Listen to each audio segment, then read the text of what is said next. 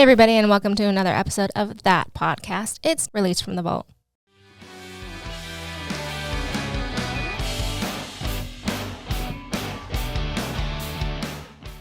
Hello, everybody, and welcome back to another episode of That Podcast. My name is Ryan Janke, and as always, I am joined by Pastor DJ Lura, Dana Mashevsky, and Sarah DeYoung, and our little friend here that dances. Yes. We need to name him. He doesn't already have a name? Zach. I was going to say, it reminds me of Zach, Yeah. so little Zach, maybe. Call him Zach. We're all goofy today, We want Yep. Zach with us. in case you In didn't know. spirit. It's the afternoon of Thursday. It's a Thursday afternoon, yep. Well, and honestly, if people only knew the stuff that doesn't make this podcast that ends up on the cutting room floor. Oh, I mean, sure. just the abstract, random craziness that comes flying out of our brains before we actually turn on the mics is actually First, pretty there's funny. allowed to push the button. Yep. We've Maybe already- once a year we'll have that'll be our like end of year episode. We Man. just the Push theme, the button and let it go. yep. theme song will be Elvira by the Oak Ridge Boys. Featuring Lionel Richie. Featuring Lionel Richie. So before we get started on any real business, do we need to follow up on the last episode with the peanut butter and jelly and butter? Because that was a hot topic at confirmation last night. I am surprised at the number of did you write that in the tag of what this is about? No, I Because didn't put peanut butter or jelly in there. Might need to change that or put it in this next one because that seems to get the hits. People are all about the People jam or yeah, jelly I- debate. People love PBJs. Man, I called it the after Easter post-apocalyptic hot dog musings episode. didn't even mention PB&J. No, I saw that, and I Wow. was like, what? Why? We're trying to shrink our demographic as much as possible. Very niche. If you find that podcast, these are your people. That's right.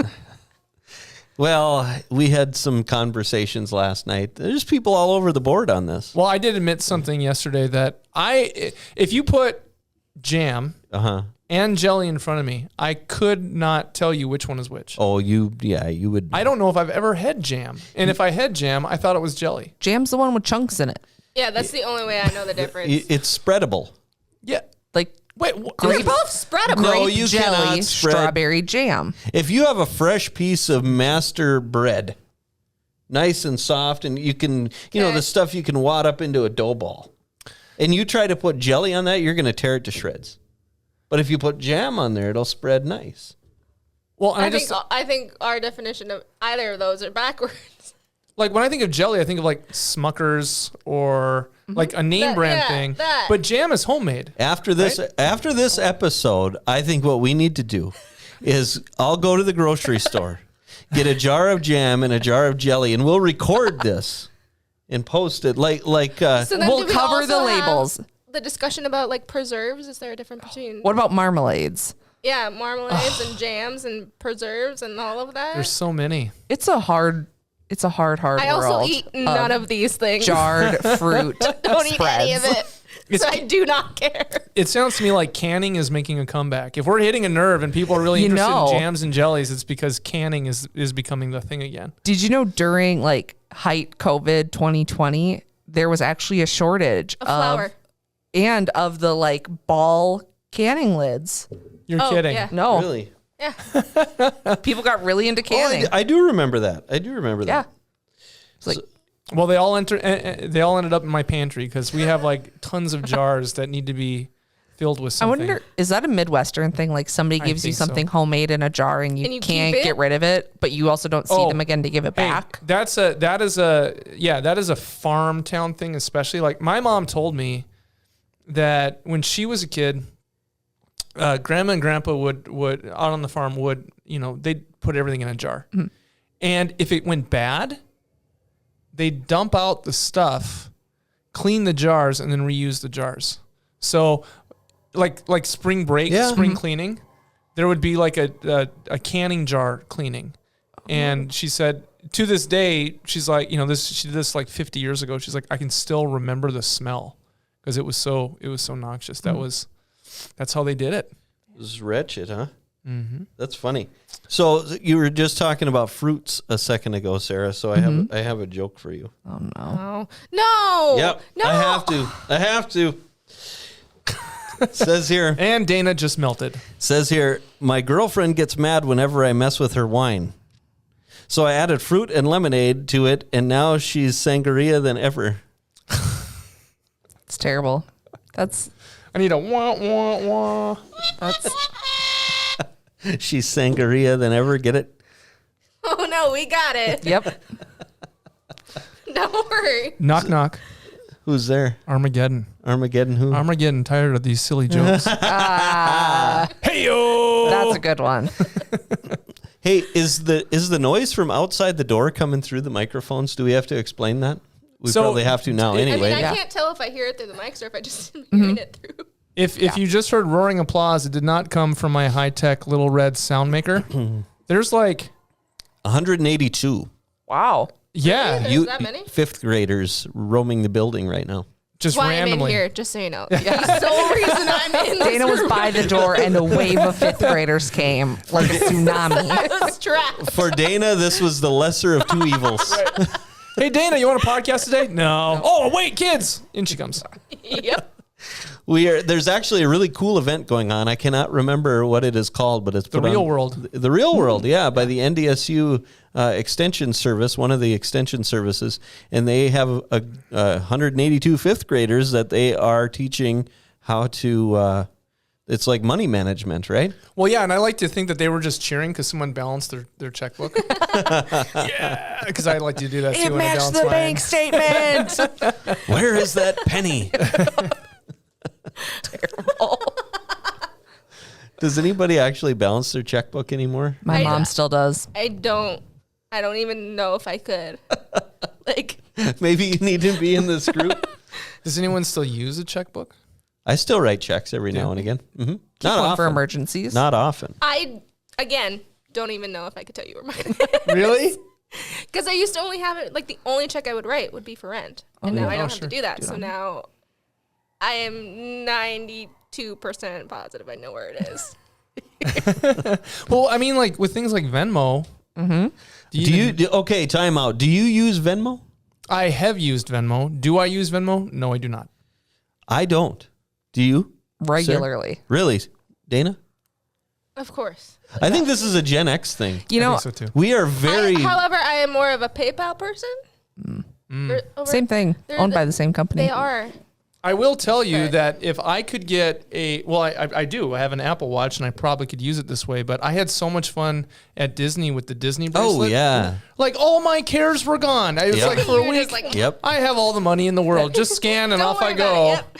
Not gonna worry about it till that check came in at the last day. It's like, ooh. I would really be interested to find out what percentage of Gen Xers use this new type of technology. Like, I just started saving passwords into my computer probably 3 months ago. Yeah, me Where too. were you putting them before? Because I'm terrified of technology. What, Y2K? Where did I put them before? Right here. Yeah, right In the up in- noggin. No, see, that's that's a lie. What? Because how do What do you you mean remember that's a all of lie? them? Or do you just do like the generic, like, here's. How hard is it to Ryan remember Janke 1, 2, 3, 4, 1. 5? Ryan Janke See, 2. that's the thing. Though, Or how like, hard is it to remember the word password for your password? Yeah. see, that's what I mean, though. Like, Fiddlesticks. my mom, there is a set, like, here's the select set of words, and here's the select set of numbers, and you just rotate. So I think your mom is a Gen Xer, right? Does she use any of this technology, Venmo or anything? PayPal. She 'Cause does? She'll PayPal me. I don't know if she has a Venmo. I'm sure she does. But yeah, that sort of stuff. I don't use See, that where stuff. I always let the computer like autofill like a secure password and then save it. So I'm like, it's good. Yep. And I don't have to think about it. Have you ever done that thinking your computer saved it and then it didn't save it? Yes. And then we go through the process. Yes. See? Password. You know, another thing that I That's don't terrifying to a Gen Xer. do? Yeah, it is. What do I do now? And I don't like you order a pizza from Papa John's or Domino's or whatever. You can save your card in there. Nope, never, ever. It was the Do longest you have time your before. card, Pat? Like, do you have the numbers memorized? No. It was the longest time before I would even pay stuff online. with a credit card. Because of security concerns. We just, Yeah. I'm with you. Ryan, I hear you. You might like Venmo because I think of Venmo now as almost like people can put jokes in there for stuff, or you can just send like emojis, and it's like it's like Twitter. It's unhinged. You can be like, oh, look. Well, that scares me then. If it's like Twitter. Well, if it's unhinged, hey, yeah, this is totally unhinged. Put all of your personal information, financial information in here for us, please. See, so I like Ryan, that. I think you and I are very much like that. The internet is a magical, amorphous place that I do not understand and I'm kind of afraid of because of what it can do and the information that can be taken. Well, we were there for the beginnings. Yes. At like When it was a 16-year-old age where it's like, what is this? when the movie War Games was cutting edge tech. Yep. Not going to do it. You know, one thing that I do use rather than balancing my checkbook, I have this cool app on my phone called YNAB, which stands for You Need a Budget. Oh, okay. And it's connected with, it's linked, whatever the term the kids are using these days, Hooked up. to my accounts. And all my What is accounts this, are on He my... was more right than you are. You hear how like insulted she was by that? He's more than you. Like, how dare you, Ryan? Sometimes though, when Ryan says words, it's like when your grandma says LOL thinking it means lots of love. Oh, that's something too. Okay. Now I am on an old man kind of. My daughter Reese. Her and my daughter together scare me. Oh, They're fantastic. they share a brain. And the words that come out of Haley's mouth are the same words that come out of Reese's mouth. And I'm wondering if it happens at the same time. Like if Haley's speaking over here, Reese's mouth is moving. Butterfly effect. Yes. So I probably told her a dad joke or something like that. And rather than laughing, she looked at me and she just goes, LOL. Deadpan face. And I'm like, I don't think that means what you just said. It's like, it means laugh out loud. I said, did you laugh out loud? No, I said LOL. I'm like, I know you said LOL and you didn't laugh. It doesn't mean what you think it means. I love it. This is history repeating itself. It's the commercial of the mom looking at the Verizon bill going, who did you send 100 texts to last month? IDK, my BFF Jill. Have you seen it? The guy that breaks down like the progression of Yes. like LOL to then now like we don't actually laugh. We just send it to be like, oh, that was funny. And now it's just like evolved. Now it's just common. Like now what means funny is I'm dead. Oh. Yeah. What does IDK mean? I don't know. Nobody does. Nobody can tell me. Ryan, this is a real hard question to ask. You do that. Like I seriously. Millennials, I had to explain once IDK to my mom. And it was the worst because she's like, what's IDK mean? I was like, I don't know. Nobody does. Well, then why are you using it? Like, it's I don't know. No, That's what it means. That's And it like was like, I know I don't know. That's why I'm asking you. Like- What does it mean? that's like the clip of missing. them being like explaining you, the Netflix show. Like you. no, you. No, you. I didn't do that. Good things. This is good times. Oh, I'll tell you what. Craziness. Anyway, And this is the stuff getting we're back recording. to this getting back to this app that I use, it balances my budget. So whenever I spend anything, I have an account. I have different categories of what I spend my money in, and I put it in there, and then it balances with my what's the term that it uses? It reconciles. What was with it called again? Bank account. It's called YNAB. YNAB. YNAB. It stands for Okay. You Need a Budget. Check it out. Okay. It's great. I love it. Not sponsored. Nope. Right. Could be though. Maybe they will now. But every time you get paid, it's basically giving a job to all of your money. So Okay. I don't need it to tell me that. Though. It's depressing. Dana likes her money free flowing. I like my money where I can see it hanging in my closet. I was like, mine sits on a shelf. It's very nice. Oh, good times. Do we have anything that we really want to talk about today? Well, didn't otherwise we I have- got questions. Yeah, we have questions. We don't do, yeah. We got several. Whoa, that was loud. It's getting louder, Dana. I think they saw you There- duck in yeah. here. Is that Dana person around? Is that the Dana Mashevsky? Terrifying. So there were Seriously, I got to work and I was like, oh yeah, that's today. I was like, I should have worked from home. You want me to spend my day surrounded by children? Wait a minute. Did we already do the question about Lazarus from the Grandmaster Todd E? Or did we just talk about it? I don't think we talked about it on the podcast. We just wow, that is. They have to be, Okay, like, they right got to in be the able to hall. hear this now. Oh, Yeah. they have to. Folks, if you can hear this, just leave us a message underneath this podcast saying, I hear it. Yeah, 182. Yeah. That's a 182. lot of 10-year-olds. They're loud. Yeah. Well, they're right outside that. I mean, I it's think they're a going into brick the- wall, by the way, if you're wondering. Well, technically, we kind of have a semi sort of. We do, wall yeah, we do in kind of it. have a hole. Imagine if we would have had our window in here. Oh, at this man. Oh, wow. We would They have had would've- the they please would've don't just- tap, it scares the fish sign. Right. We'd have gotten scolded by the NDSU extension people for being in here and stopping them on the way. That's right. We're trying. We got things to do. Okay. If you want to submit a question, you can do it several different ways. You can go to thatpodcast.net.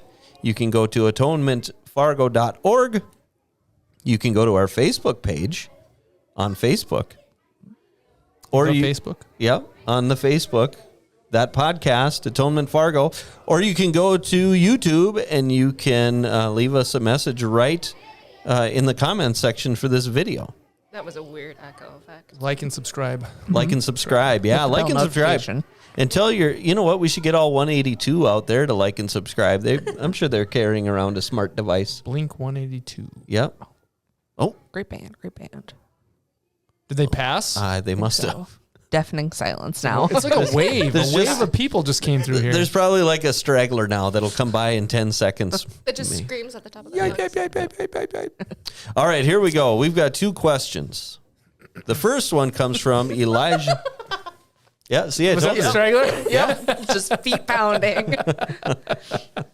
Were you guys the stragglers, or were you like the kids who would be at the front of a line like that? No, I was never. Solidly in the in middle. the middle. Dana's was- right in the center.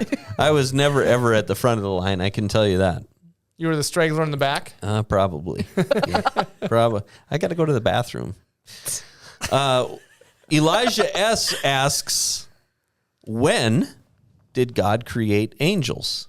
Good question. Terrifying. So I'm wondering, is he asking in what order? Like, what day? What's he asking? Yeah, so there are some people who, this is one of those questions from like the Middle Ages that the Reformation kind of rebelled against, which was when you started asking questions like how many angels can dance on the head of a pin. Like, no one knows, and it doesn't matter. The question about angels is, where do they fall within the order of creation usually? And in the Catholic tradition during the Middle Ages, there's an order of value to the creation. Angels up really high, then you have humans. You know, it was the Middle Ages, so it was men, then women, then children. And then below that was like dogs, cats, and all the way down, Sure. right? Following the Reformation and in our day today, we don't really think of creation that way. It's a different separation. It's creation and creator. God's the creator. Everything is the creation, okay, including angels. So when would they have been created? Well, that's always the speculation. Was it on the first day, the second day, the third day, the fourth day? The fact of the matter is nobody knows. It's one of those questions you can ask God when you meet him face to face in your heavenly reward. Then you'll know all things and be fully known. But at this time, it's more just kind of a question of scratching your head and wondering about. Yeah. So if you look at the days of creation, let's do that. Okay. And you guys tell me when you think the angels were created, because honestly, there's no wrong answer here.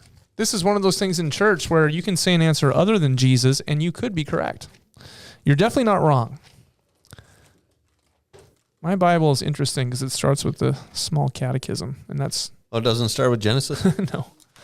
It starts with a small. I have the Lutheran Study Bible. The emphasis is on the "the." They made a big point about that. The. Okay, so in the beginning, God created the heavens and the earth. That's day one. Mm-hmm. The earth was without form and void, and darkness was over the face of the deep, and the Spirit of God was hovering over the face of the waters. Mm-hmm. So if God made the heavens and the earth, Oh, sure. was that day one? Yeah. But then it goes on and says, and God said, let there be light, and there was light. So were the angels created before light? Ooh. They're like, hey, it's Well, dark if angels in here. live in heaven. That's right. They live in heaven. And God saw the light was good, and God separated the light from the darkness. God called the light day, and the darkness he called night. And there was evening, and there was morning the first day. Sure. So, But weren't the heavens is the sky, right? so what I hear this saying, on the very first day, God creates space. Sure. The dimensions that we know, and probably the dimensions we can't see that we hypothesize about in physics. Stuff that gives me a headache. That's right.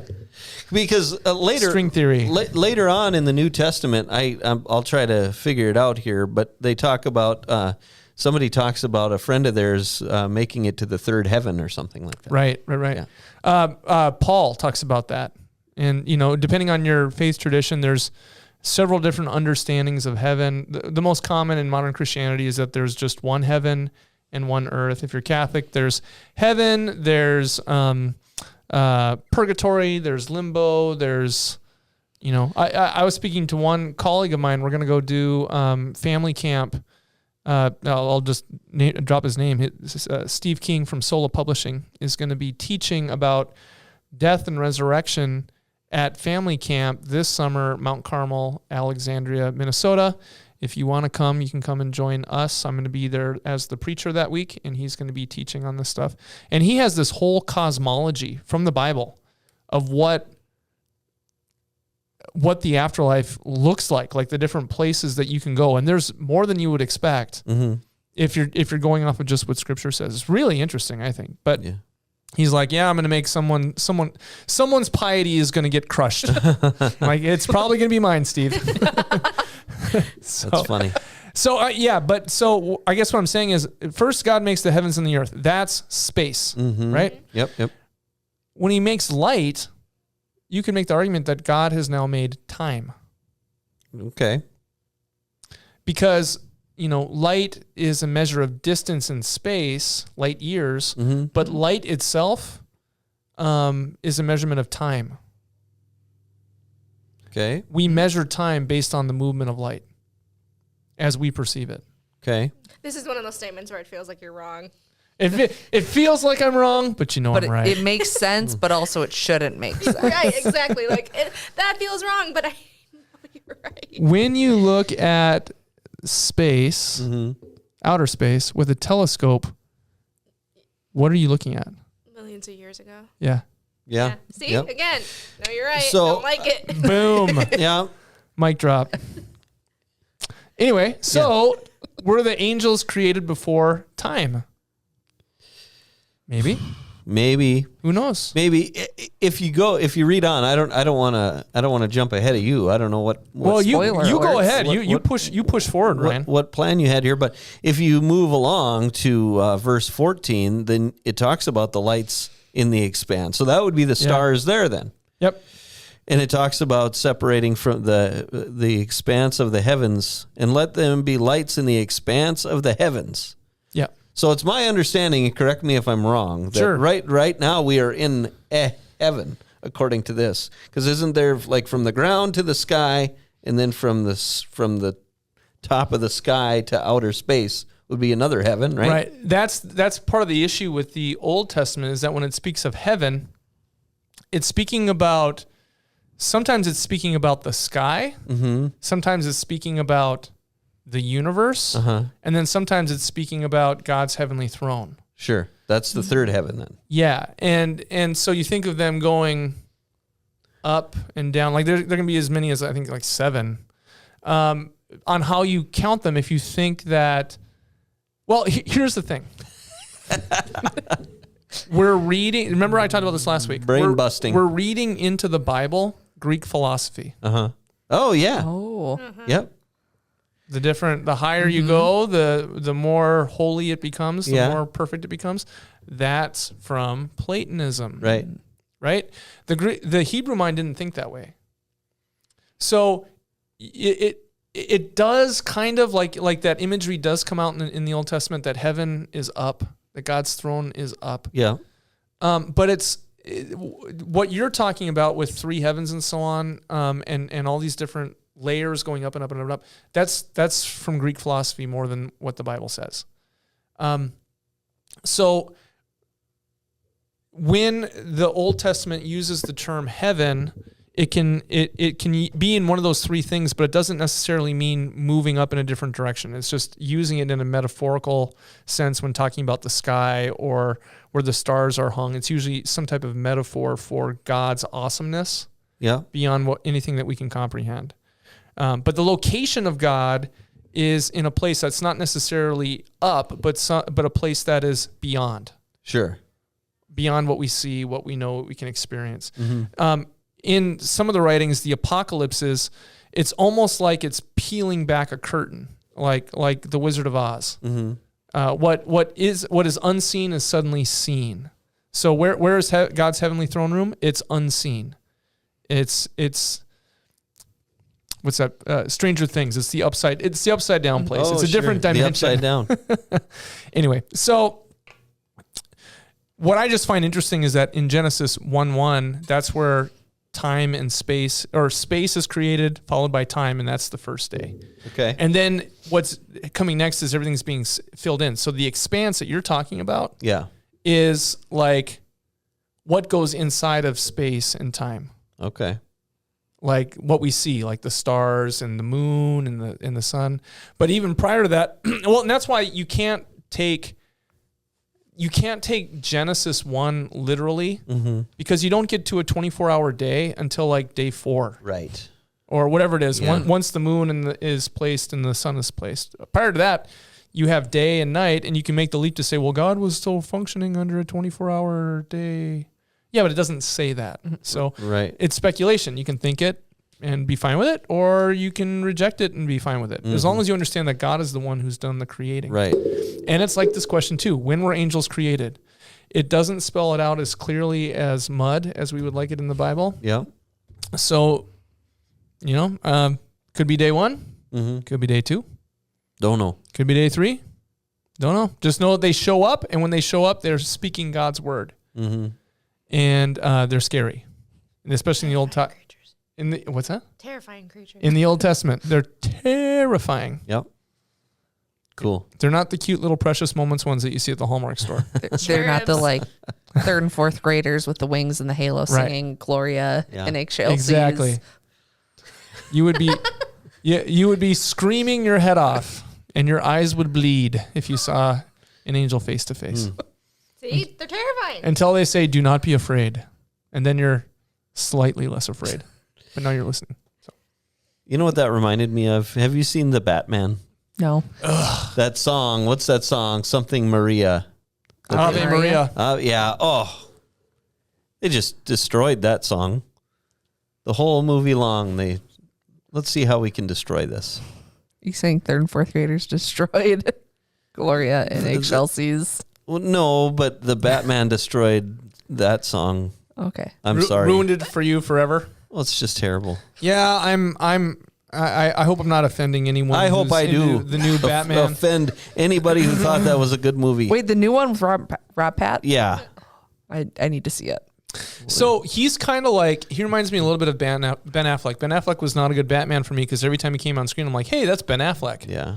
Same with this guy. He's too famous to be Batman. Well, it doesn't come off as Batman. Bring your sitting donut because you're going to get sore sitting there for 3 hours watching that thing. Did you not recline?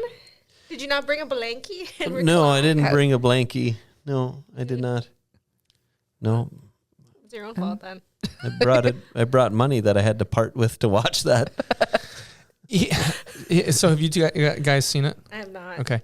Don't want to spoil anything for anyone. Turn this off if you don't want to hear what we're going to say. But I do have some critical issues with it as a diehard Batman fan from when I was a little.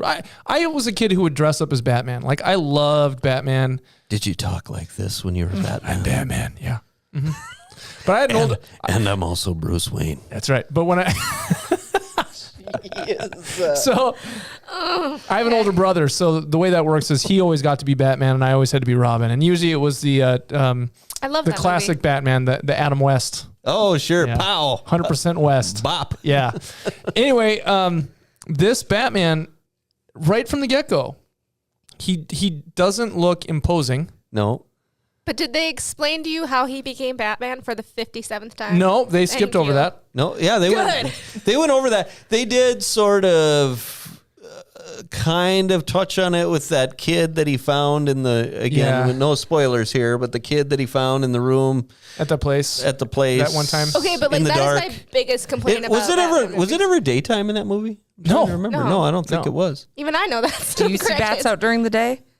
Well, but again, Bruce Wayne. Well, whatever. So, okay, here's the second problem that I have with it, and I touched on this last week. We are showing entertainment aimed at 20-somethings and under Yep. that is dystopian in its entire messaging, Yep. and it never gives any hope. No, All it does none. is give you shows you how the characters cope with hopelessness. Yep.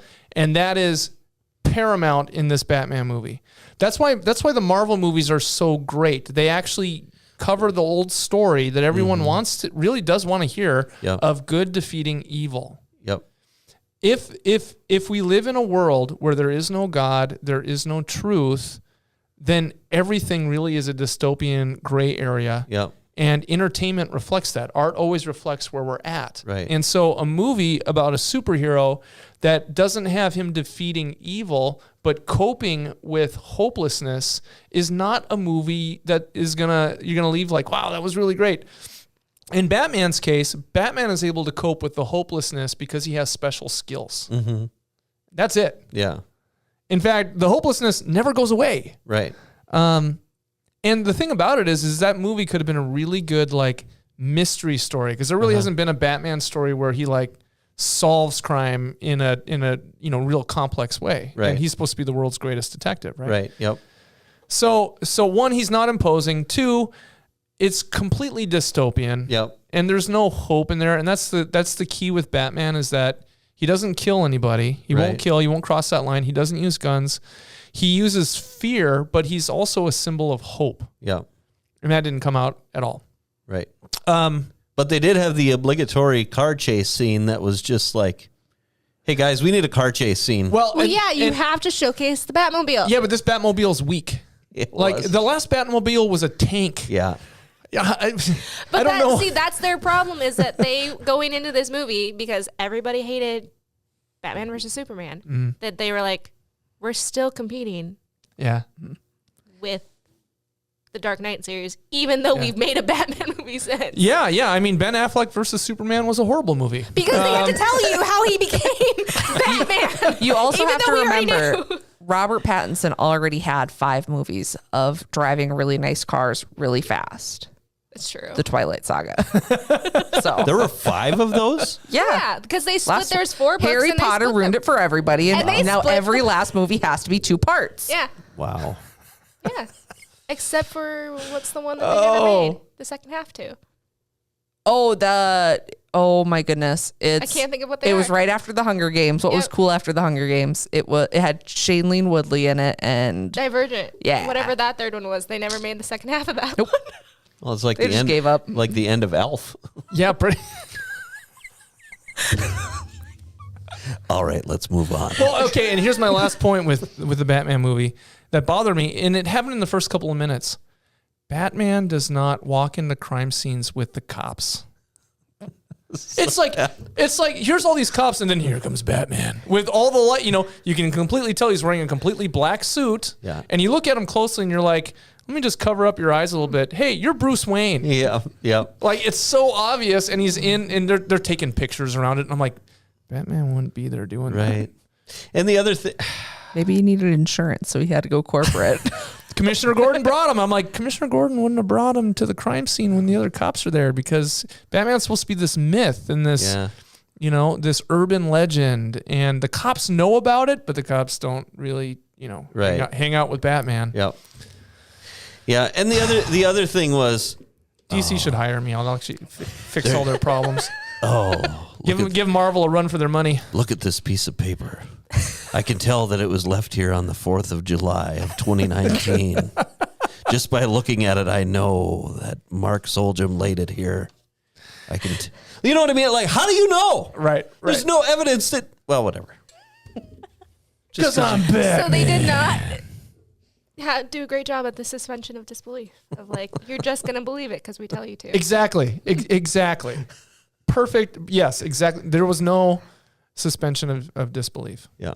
And I think that the best Batman in cinema today is the this is how it should have ended Batman. Do any of you know what I'm talking about? Nope. No. How this should have ended, how it should have ended.com. It's on YouTube. Nope. Go to YouTube and type in Hishe, Hishe. Okay. And it's these little cartoons of all the superhero movies, pretty much. Oh, I think I've seen some of these. I don't think I've seen Batman though. They have a bunch of them with Batman and Superman sitting in a coffee house like Seinfeld, just talking about these different movies, and Batman says over and over again through the whole thing, "'Cause I'm Batman." Do you always have a cup of coffee in your utility belt? Yeah, I got a bunch of things in my utility belt. Why? 'Cause I'm Batman. The best Batman, I think, is still the Lego. Oh, he's pretty good too. Michael Keaton. Adam West. Okay, but like my favorite Batman movie isn't even that good. So like, You want to get nuts? Let's get nuts. Come on. Which one's not that good? The Lego Batman in the Lego movie, I love that. The Lego Batman movie, yeah. No, but the Lego movie, his little appearance is funny. Yeah. No, I grew up with Batman and Robin, so George Clooney. Oh. Ah. So the bar was very low for you. Yeah, so I'm like, whatever. My favorite movie is like the worst one they made, so you can't ruin it for me. Clooney. Oh, man. It was not a good movie at all. But when you're little, you don't care. We were talking about this like Batman. the first Teenage Mutant Ninja Turtles movie. Oh, great movie. Horrible Terrible movie.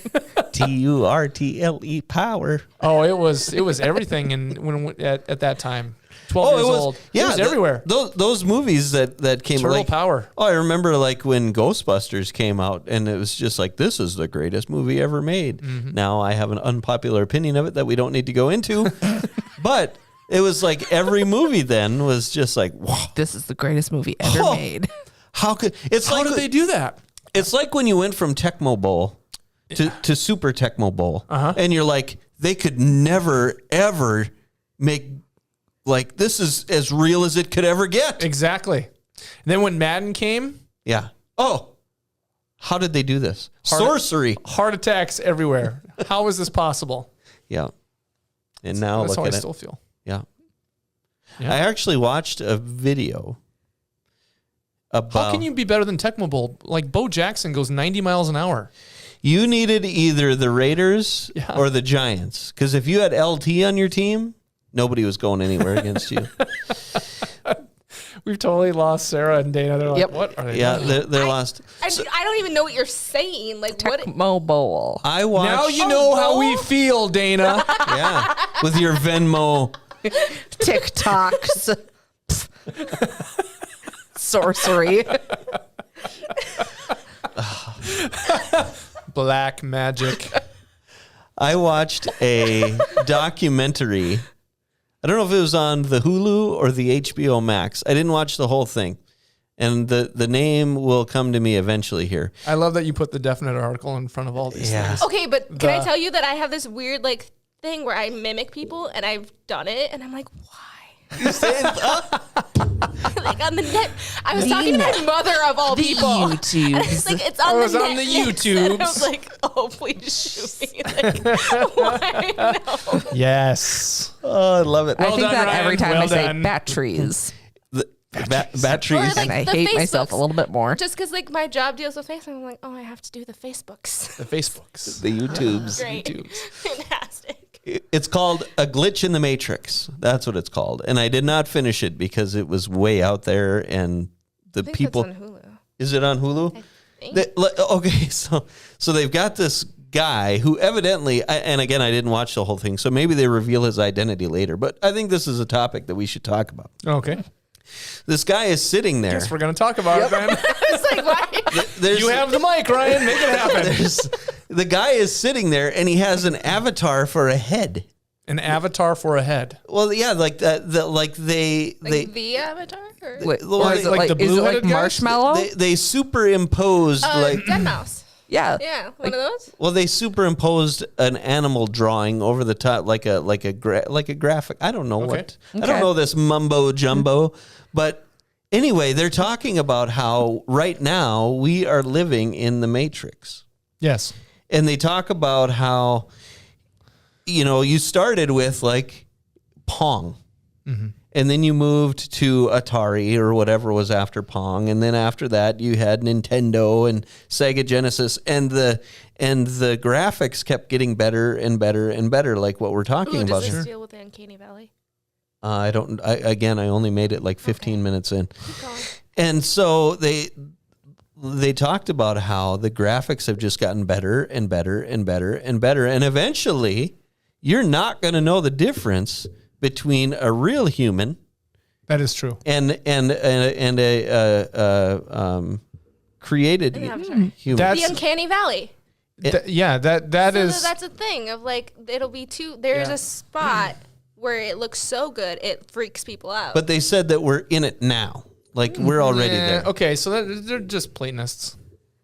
I feel like that's are. the start of they watched Mark Zuckerberg's announcement of Yes. metaverse a few too many times. Yeah, but the metaverse is just a rip off of the Oasis from Ready Player One. So, Yeah. I mean, yes, we're going to be there. Futurists can pinpoint it because we can measure how fast our technology improves. Yep. That we know in advance before we reach them when medical breakthroughs are going to happen, when technological advances are going to happen, especially in things like computer animations, as well as interactions between us and the devices that we have. I mean, gosh, we're practically cyborgs already. How many of us have some type of supercomputer on us at all times? Yeah. Right? Yeah, all the time. Yeah. I mean, we're amalgamating into our devices, and there will come a point where virtual reality and reality will be indistinguishable to our minds and our eyes. The only distinction that we will make is that we will step out of virtual reality for things that we absolutely need in this life that we can't get in a virtual context, such as food, sleep, human means interaction outside of. But even the virtual interaction with people will be so seamless that you won't really distinguish between what you're doing in your real life and what you're doing online. Much of what you're doing online, supposedly, will be the vast majority of your time will be interacting that way. And it has to do with the way that life is being formed and transformed by the technologies and the internet and commerce that happens online and all that stuff. This is true. No, You're sighing. It's from the New York because Post. No, It's from the New York I Post. don't care. What's it say? Man married hologram bride, but now struggles to bond with her. Did you know George Jetson was born this year? This is from 2 Really? days ago. Well, that's This is from 2 days ago, from the New York Post, August 26th. It's so silly, but this is a real art. I'm sure it wasn't front page, but it was in the Post. You can't put anything on the internet that's not true. Yeah, of course not. She's not real, but his feelings are. A fictosexual man who wed a fictional computer-synthesized pop singer 4 years ago said he's now unable to communicate with his wife, but is still in love with her. I can't pronounce his name, so I'm not going to butcher it, but he's 38 years old, was dating, Hatsune Miku? Okay, dating? Okay, wait a minute. She's. Oh no, she's like an actual character. Yeah. Yeah, he married her. I think there's some copyright infringement. No, going that's on. what I'm talking about. Of like I don't think he's legally allowed to marry Yeah. her. Well, they had an unofficial wedding ceremony in 2018. Yeah. Unofficial, yes. Unofficial. Okay, we are all Platonists, people. We've given up the reality of the physical for everything that's just purely thought and feeling, and that's what matters, and blah, blah, blah, blah, blah. We're all delusional. It's all delusional. Delusions. So how do we... Delusions of grandeur. I mean, so how do we deal with this? I mean... Unplug, read your Bible. Where do we go? Now married for 4 years, Kondo, 38, said his relationship has hit a roadblock. He can no longer speak with Miku due to a technological hurdle, according to a Japanese newspaper.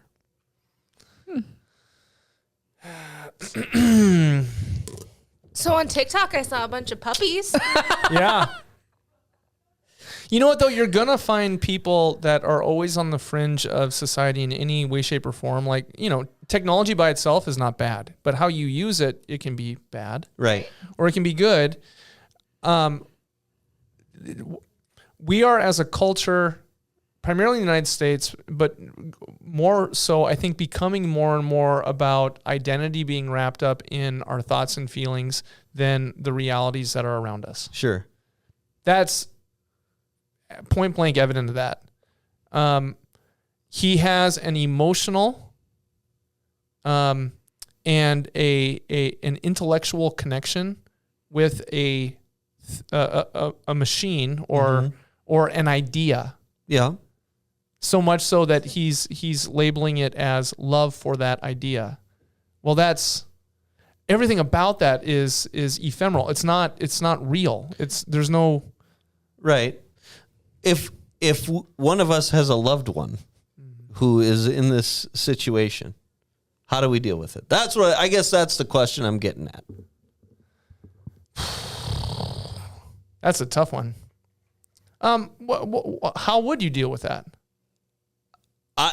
Again, I don't want to offend this guy. Because the libertarian in me is like, hey, whatever you're all about is what you're all about. And I'm over here like therapy. But as a Christian, though, Yeah. what do I do with it? I'm not going to throw my son under the bus because Yeah. I thought you were. I'm not going to. So let's pretend that I have a nephew or a cousin or someone who I love very dearly. Yeah. And he comes to me with this. How do I deal with that? Saying that he's in love with a hologram. Yeah. Or a whatever. Fictional character. Well, and I think you call a thing what it is.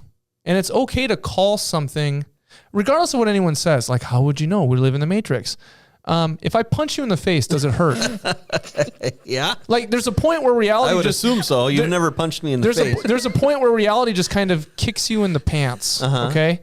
And I hear what you're saying, but this is not real. It's an illusion. How do you know it's an illusion? How do you know it's real? Right. You almost have to treat it like the same way you would if like someone was being catfished. Mm-hmm. Yeah. Sure. It's not real. This person that you're communicating with, until, as my old psychologist teacher used to say, until the ring's on the finger, all bets are off. If your entire interaction with someone, what's that? He did technically get married. Well, that's a good point. Unofficially. So, at this point, you just kind of wash your hands of the whole thing. And then you call the trademark owner of the character and say, did you know? Did you? Anyway. Yeah. But when people get into fantasies that become all encompassing, where it becomes harmful to them, especially, well, then it's entering. Love says, I need to step in and I need to help.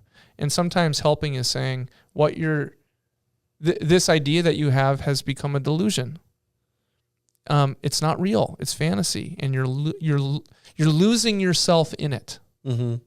Now, is someone not going to like that? Of course. No one likes being told that what they're doing or what they're thinking is not good, especially in this post-Platonic, Neoplatonic age that we live in, where all that really matters in your identity is what you think and what you feel.